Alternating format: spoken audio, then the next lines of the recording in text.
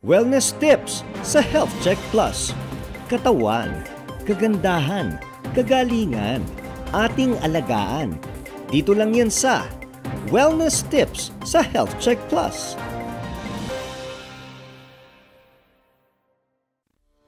Magandang araw Health Checkers, magandang araw Luzon, Visayas at Mindanao. Magandang araw din sa mga nakikinig at nanonood sa iba't ibang parte ng mundo. Isa ang mainit na pagbati mula sa bumubuo ng Health Check Plus, ang programang pinagkakatiwalaan ng mga eksperto. Bago po tayo magsimula, isang mahalagang paalala. Nandito po si Flirt. Yan po, Flirt, po, F-L-I-R-T. Hindi po yan yung nagpapakute na office mate o yung kapitbahay na sobra-sobra ang perfume, Siya po ang bagong COVID-19 variant at pumasok po yan ng bansa noong nakaraang buwan ayon sa Department of Health. Kaya ingat mga health checkers, ang sabi ng isang suking eksperto natin dito, mag-mask para dagdag seguridad at huwag kalimutang mag-hand washing. May flirt man o wala, gawin natin itong mga ito para iwas sa COVID-19. Ngayong araw, pag-uusapan natin ang tamang diet at nutrition para sa ating mga kalalakihan. Sabi ng mga eksperto, making healthy food choices is an important habit you can develop to achieve your best health and wellness level. Pakinggan natin ang isa na namang eksperto sa larangan ng nutrition. Let us all welcome Ma'am Melissa M. Ortonio. Si Ma'am Lisa ay isang registered nurse at isang registered nutritionist dietitian din. BS Food and Nutrition graduate si Ma'am Lisa ng University of Santo Tomas at BS Nursing naman sa Perpetual College of Manila. Kasalukuyang online nutrition counseling ang pinagkakabalaan ni Ma'am Lisa. Magpasalamat tayo dito sa Health Check Plus sa pagbibigay oras ni Ma'am Lisa para sa ating mga health checkers sa radyo, television at sa mga online channels natin. Bumati muna tayo, Ma'am Lisa. Magandang araw sa inyong lahat. Kayo ba ay nakakain na? Kasi ang pag-uusapan natin ngayong oras na ito ay ang tungkol sa pagkain. Kaya inaasahan ko na during this conversation ay may matutunan kayo sa mga sasabihin ko. Especially sa mga lolo, tito, kuya, at sa mga tatay na haligi ng ating bahay. Tamang-tama po yan, Ma'am Lisa, talagang maganda at important na topic ito, lalong-lalo na para sa ating mga kalalakihan. So, unang tanong po, Ma'am Lisa, pakipaliwanagan nga po kami, ano po ba ang online counseling at sino po ang madalas ninyong kausap sa trabahong ito? Okay? Ang online nutrition counseling ay isang paraan sa hanap buhay na hindi mo na kailangan lumabas ng bahay. Sa bahay lang, makakausap mo na yung mga tao na magsasubmit sa'yo for nutrition consult gamit ang FB Messenger or Viber. So, ito ay napakahalaga dahil alam nila na yung pupunta sa akin ay kailangan nila na maturuan kung ano yung wastong nutrition. Yun po pala yun, Ma'am Lisa. So talagang napakagaling kasi very accessible na, So FB Messenger at Viber lang at pwede na rin tayong kumonsulta sa isang nutritionist dietitian tulad ni Ma'am Lisa. So let's jump to our topic po, Ma'am Lisa. In general po ba, ano po ba ang kadalasang nagpapakonsulta po sa inyo? Ano po yung mga payo ninyo kila lolo, tatay, tito at kuya tungkol po sa kanilang nutrition at diet? Madali lang yan. Yung mga kinakausap ko, mga tatay, mga kuya, o yung lolo, at si kuya, ay tinuturuan ko siya lang kumain ng tama. Sa pamamagitan ng guide. Meron tayo kasing guide. Ang Pilipinas ay merong tinatawag nating Pinggang Pinoy. So itong Pinggang Pinoy na ito ay isang device na pwede nating gamitin sa pang-araw-araw na pagkain natin. Na napakahalaga na malaman ito ng karamihan dahil malaman mo lang mga pagkain na ito, you will not get wrong sa sarili mong katawan at kalusugan. So itong Inang Pinoy na ito ay binuo ko ng grupo. Ang una dito, sa isang pinggan na 9 at almost 9 inch, kalahati nito ay gulay at prutas. Gulay at prutas na matitingkadang kulay, mayaman sa mga micronutrients. Alam mo yung micronutrients, ito yung mga vitamins and minerals, vitamin A, vitamin C, iron, at iba pa na nakakatulong sa ating katawan na tayo ay maging malakas at malusog. Ito yung mga sustansya na kailangan ng ating katawan. Kaya pag ito ay regular nating kinakain, mas mainam na natural food kasi ito yung vitamins na pagpagpunan natin. Pipiliin natin yung mga iba-ibang kulay. Kasi bakit iba-ibang kulay ito? Kasi nakatulong ito. Ito yung mga antioxidants. Malaking tulong ito sa katawan natin na may iwasan natin ang madalas na pagkakasakit sa tagalan. So, kalahati ng plato ay kailangan natin masunod sa gulay at prutas yan. Marami tayo, biniyayaan tayo ni Lord ng maraming pagkain na dapat nating gawin at gamitin sa ating pagluluto. So, pangalawang grupo, ito yung tinatawag nating macronutrients. Pag sinabi nating macro, mas marami ito sa mga kailangan natin pang-araw. So, ito yung binubuo ng mga go foods. Pag sinabi nating go foods, ito yung pagkain na nagbibigay ng lakas sa ating katawan. So, ano ito? Ito yung mga kanin, tinapay, oatmeal, mga root crops, at yung mga pansit kasama dito. So, pipiliin lang natin yung masustansya. Hindi yung plain na rice. Pwede naman tayo ng mga brown, red, o black rice. Sa tinapay, pwede naman tayo kumain paminsan-minsan ng mga brown bread o yung whole wheat bread. At syempre, kailangan natin ng mga root crops. Ang root crops nito like kamote, ano pa yung kamoteng kahoy, patatas, toge at iba pa. So, ito ay mayaman hindi lang sa carbohydrates na nagbibigay ng lakas. Mayaman din ito sa fiber na kailangan ng ating katawan araw-araw. Pansit, so pipili tayo, especially mga spaghetti, o kailangan natin mas healthy, so pili tayo na full wheat para may fiber na agad yung ating pagkain. So ito yung tawag natin is go foods na nagbibigay ng lakas. Ang isa pa na macronutrient is protein. Ang protina is importante sa ating katawan kasi ito ay nagbubuo, nag-aayos ng ating mga tissues. Ang muscles natin magiging maayos kapag tama ang protina sa ating katawan. So ano-ano ang mga pagkain na ito? So meron tayong karne, baka, baboy, manok, yung mga sa dagat, isda, yung mga shrimps, yung mga oysters. Meron din tayong mga maliliit, yung mga hipon, katulad yung alamang. Hindi yung maalantan.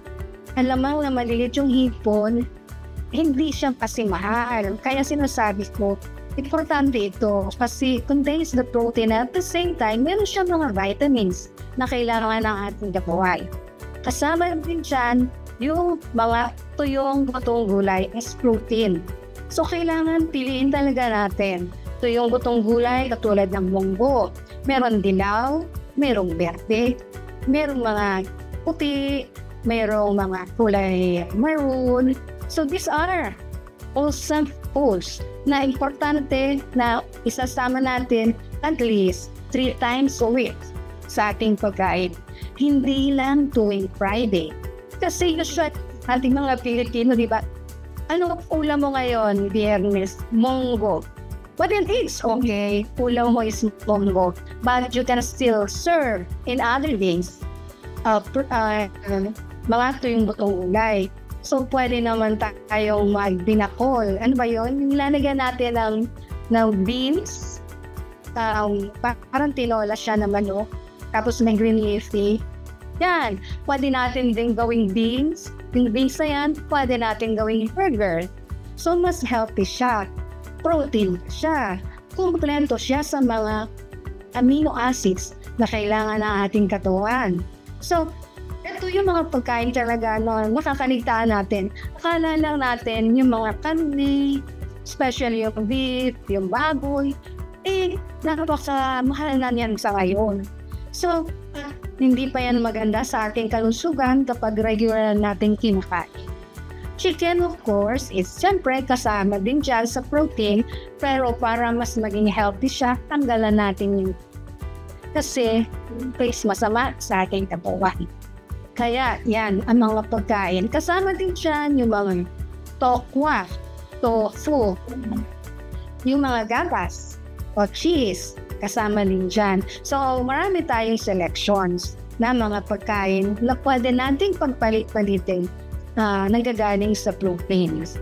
Kasama din dyan sa macronutrient na yan is yung fats and oils. So, ang fats and oils is importante sa ating pagkain. Bakit? Kasi tumutulong ito na ma-absorb yung mga sustansya galing sa ibang pagkain.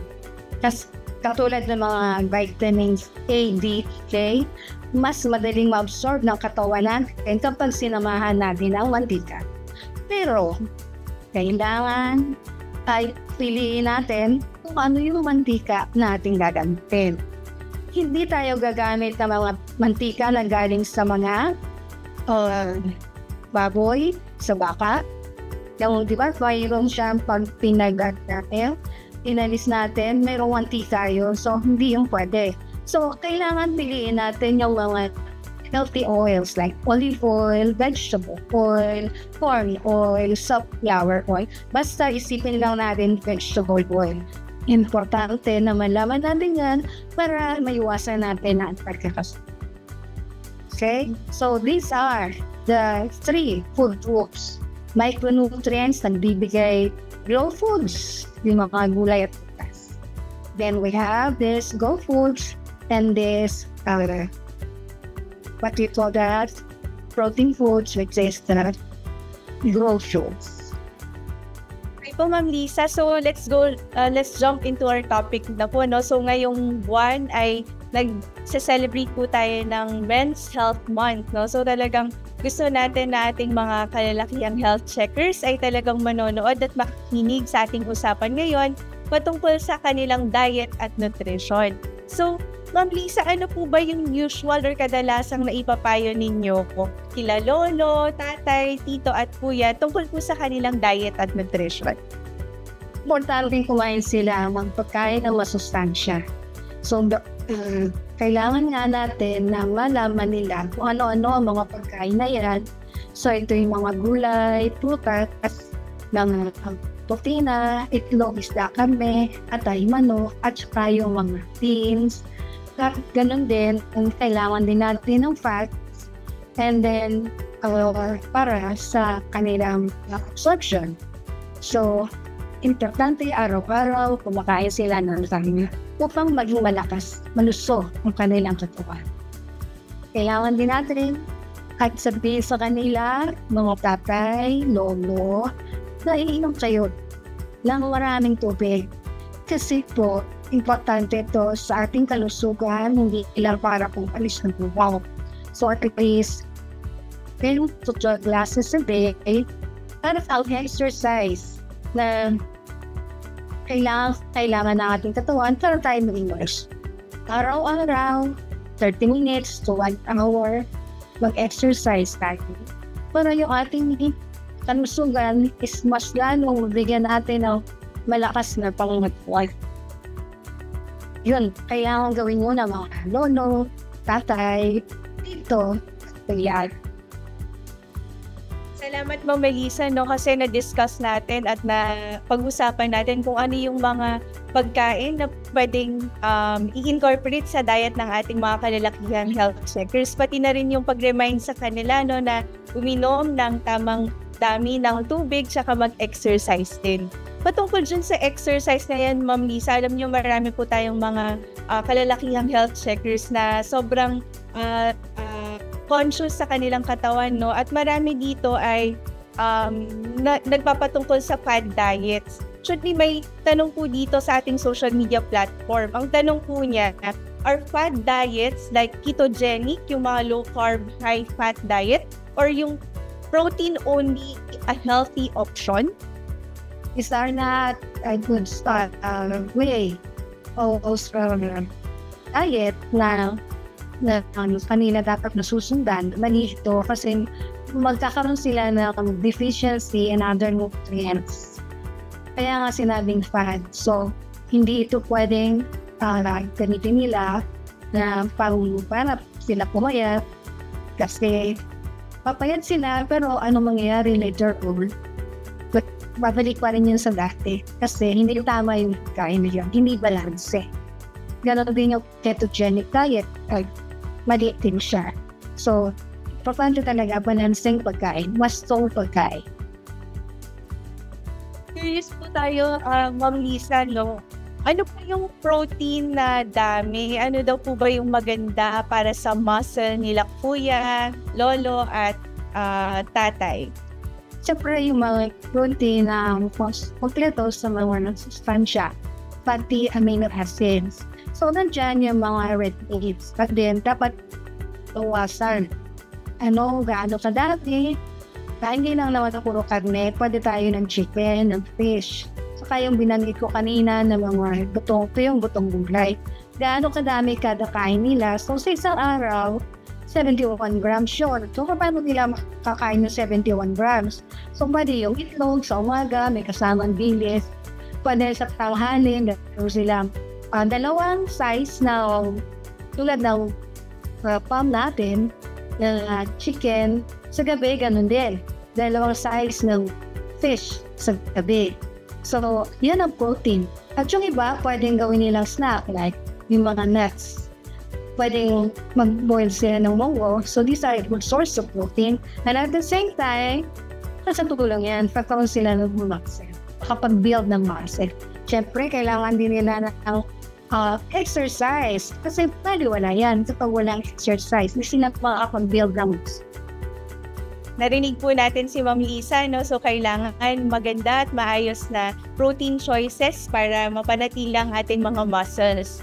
Isang tatay naman po mula sa South Luzon, ang tanong naman po niya dito ay kung ang poor nutrition daw po ba ay nakaka-apekto sa kanyang sex life. Ano po daw ba ang maganda at wastong nutrition para masiglang buhay nila tatay? Kailangan kumain ka ng wasto at tamang pagkain. Kompleto sa mga carbohydrates, sa proteins, sa fats, at sa mga gulay at putas. Importante yan para maging mas malakas yung katawan mo. Kailangan natin yan araw-araw, hindi natin pwedeng pagpalipat. So, importante kumain tayo ng tama. Tayo sa pangangailangan ng ating katawan. At para makatulong rin yan, para tayo ay maging malusog, malakas. So, nagkakaproblema tayo, sabi nyo nga, mayroon dysfunction, so, magiging maayos yan. And then, yung mga dysfunction na iba, katulad nagkakaroon sila ng sakit na diabetes, heart disease, so, mas mahirap din para sa kanila. So, kailangan maging maayos ang kanilang katawan, tama ang tingin. Ito naman po isa na namang tanong mula sa ating social media platform. Gusto niya po malaman kung mayroong masamang epekto ang energy drink na madalas niyang inumin. Do you recommend po ba, Ma'am Lisa, na uminom ng energy drink ang ating mga kalalakihan? No. Kasi mataas ang sugar content niyan. Lalo na kapag tayo ay sobra-sobra na ang pag-inom niyan, hindi yan tama sa in-advise na pwede natin inumin. Isang beses sa isang araw, mataas kasi ang sugar niyan. So kapag mataas ang sugar, ang tendency, hindi ka makakain na yung pagkain. Busog ka na. Okay? Pero na ba itong ways? Diba? Iwasan. Alam niyo, relate po ko dyan kasi sometimes I also drink yung mga energy drink para to get me through the day, no? Ano po yung pwede ninyong ma-advise sa ating mga kalalakihan na kapalit po nitong energy drink na ito? Yung binanggit mo, marami naman pwedeng ipalit dyan. Pwede tayong uminom, gumawa ng mga blenderized na o kumain tayo kahit prutas na i-slice natin. O kaya kung gusto ko talaga na iniinom, so i-blender natin yung prutas.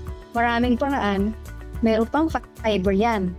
Hindi lang tubig. So mas masustansya yan kumpara sa energy drink na more sugar.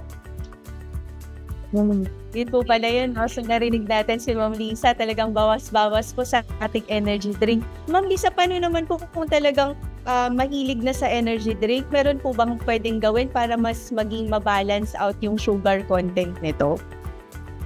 Hindi pwede siya maging mahilig sa energy drink. So, sa disiplina, kailangan yung sarili niya, disiplinahin niya. Kapag kumakain ka ng tamang pagkain, araw-araw, almusal, tanghali, hapunan, 3 times na regular meals with 2 snacks, tapos water, hindi na siya mag-crave pa for this energy drink. Pwede yan.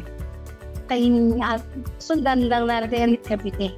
Kailangan disiplinahin niya yung kanyang katawan pang mas maging galusot siya at wala.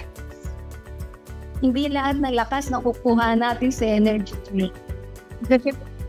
Opo, tama po yan, Ma'am Lisa, no? So talagang ang laki ng effect ng nutrition talaga sa ating lakas, no? Patungkol sa lakas na yan, alam ko gustong-gusto ng ating mga lolo, tatay at kuya. Ano naman po yung meat content naman in a healthy diet, Ma'am Lisa? Sa tingin nyo po, ano po yung re-recommend natin para sa kanila sa dami ng meats sa kanilang diet? Dami ng meat, at least twice a week ang pagkain ng meat. Lalo na yung mga red meats.